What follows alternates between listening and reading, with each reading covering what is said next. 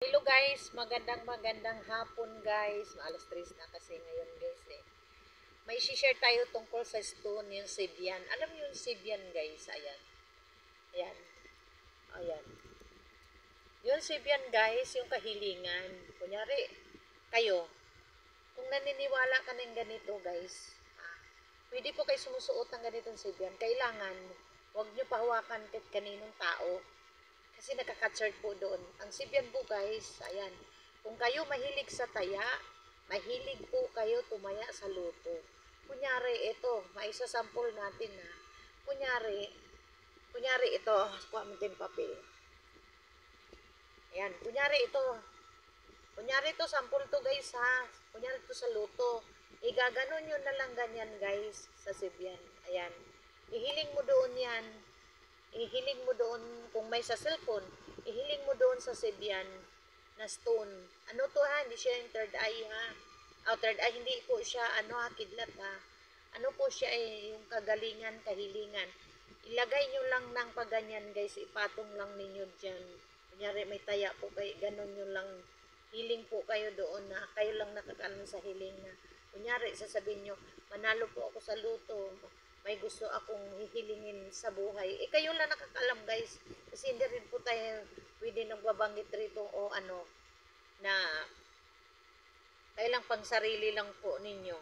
Ngayon, ang Sibian lang guys, hindi lang siya para sa para lang sa kahilingan.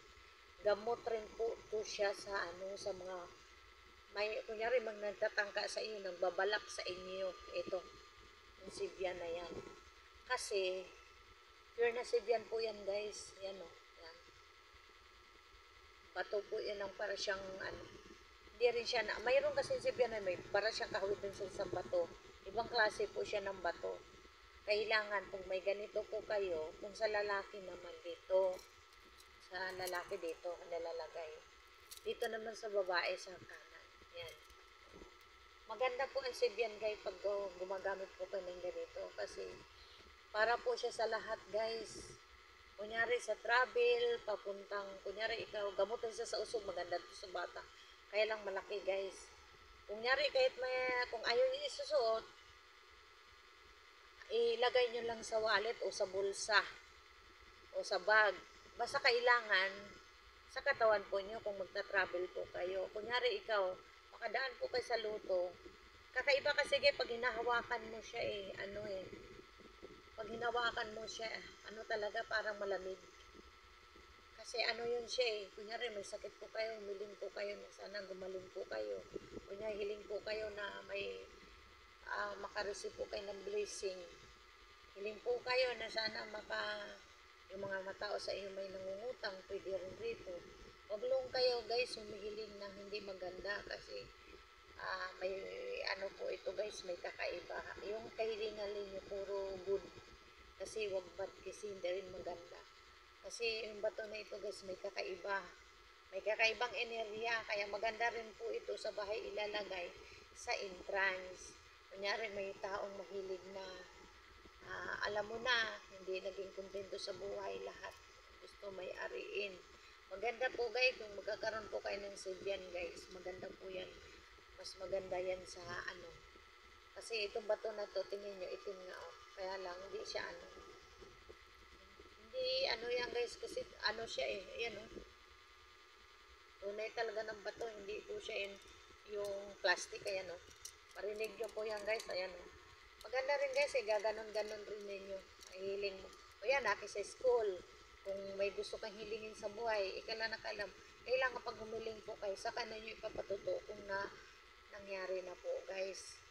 Tapos kung gusto po niyong kahilingan, kunyari may pwede rin kayo manggagamot guys. Kunyari ikaw maghihilot po kayo, hawakan lang ninyo.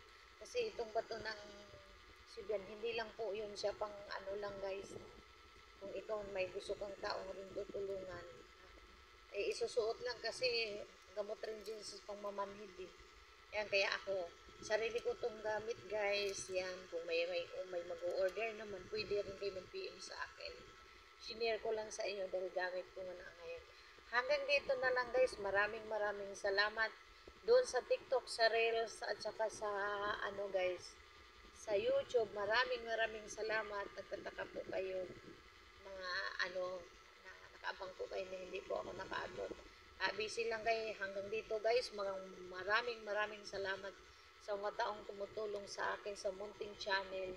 Magandang hapon sa inyong lahat guys, dahil maghahaponan na naman tayo. Magluluto mo na si Madam Auring. Maraming salamat.